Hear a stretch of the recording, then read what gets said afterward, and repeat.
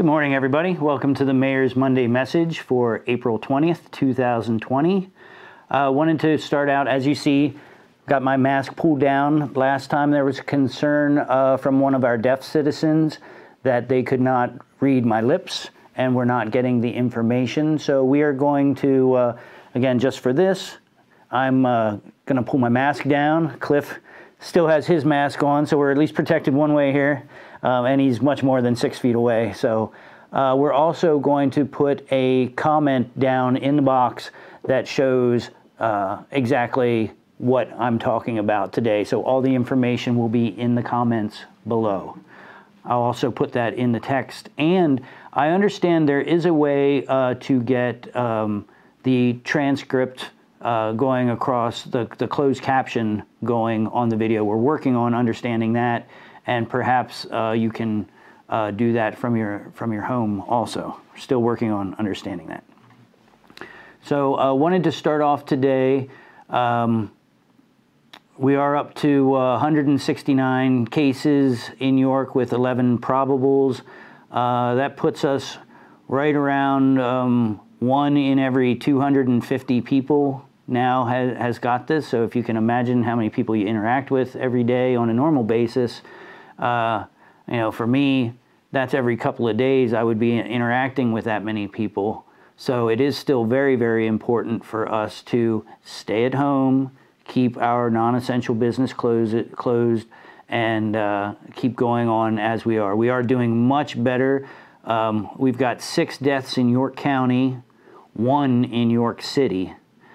They have 60 over in Lancaster and even more in Berks County. So we're doing well. We've got to keep doing what we're doing to get through this.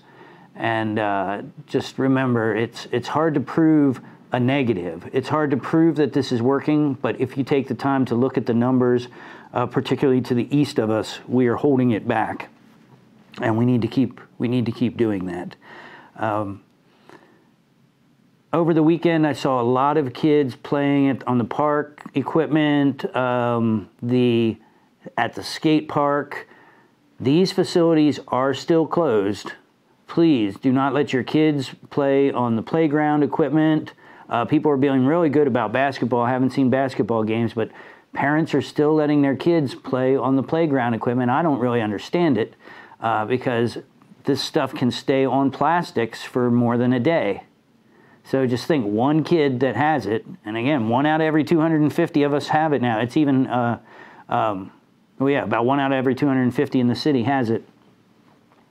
So please don't let your kids be playing on the park equipment. And also the skate park, I don't know what to do. These kids are coming in mostly, almost exclusively from outside of the city, and they're just crowding at the skate park.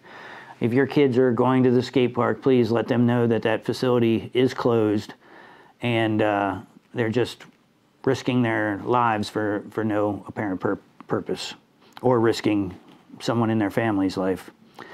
I put out a comment late last week about 43% of our cases in the city of York coming from only one facility. I can't name that facility. It's not part of the policy from the Department of Health to name these the businesses. But I can tell you that one of the things that this facility and some other facilities that we are seeing having concentrations of cases, there's a lot of carpooling. So I wanted to talk about carpooling today. If you own a car or a vehicle, frankly, if you let people into your car without them wearing masks, you are not a very smart person or not a very wise person. This is spreading rapidly, particularly among Latinos, working in large factories where carpooling is common. So please, please be very careful. Make sure that everybody in the car is wearing a mask. Try to have sanitizer, a spray sanitizer to spray down car handles, car door handles, things like that, things that people touch frequently. This is very, very important. It doesn't matter how safe our facilities are if people are still carpooling together. Every time you get 4 people in a car, you're now sharing the germs of 4 extended families all coming together and passing it. And I know that nobody is trying to pass this from one to another, but it is happening. And again, please be very careful. Things in a normal world that we would be promoting, saving gas, saving money, doing things like carpooling, they make a lot of sense then. But right now, it does not. Please continue to help your friends and carpool. We want people to be going to these essential jobs and to be earning money when they can. Some people can't even earn a paycheck right now at their traditional jobs. So it is important to keep income coming in and to keep people getting to work. We just have to do it much more carefully because people are getting sick. So speaking of people not being able to get paychecks right now and businesses not being able to earn money, we are working on 2 programs right now that we hope to have in place by the end of the week. There will be applications up on our website. And again, don't rush right now. I'm giving you a heads up of what we're working on. I promise there will be a big announcement when everything is ready. But we are going to be having $100 gift cards available to grocery stores in the area and to smaller convenience stores in the area that sell fresh foods, fresh fruits, vegetables, and meats and dairy. So we're trying to get money directly to individuals. You're going to have to apply. You're going to have to show that you are out of work. You're going to have to show what your income has been for the last month or so. And we will then determine whether you are eligible for the gift cards. So we've got that coming, and I'm sorry that it's taking so long, but this money came from the federal government, and we still have to follow all sorts of rules, including having hearings and checking with them to make sure that they're going to reimburse us for this direct contributions of money out into the public. So we're waiting on some of that. We hope that we're going to be ready and have application process online by the end of the week. Second thing, small businesses. We are going to have a small business grants program. So this is money. These are not 0% loans. I know that a lot of people have been saying loans don't help me with my small business because it might extend me, but it doesn't make up for what we've lost here and the other expenses that we've been paying even while we haven't had our doors open. So we will be having some small business grant programs available. Again, you'll have to apply. These are for city resident owned businesses. So if you are a city resident and you have a business here in the city, we will be providing some funds until we run out of money. So we'll have to see.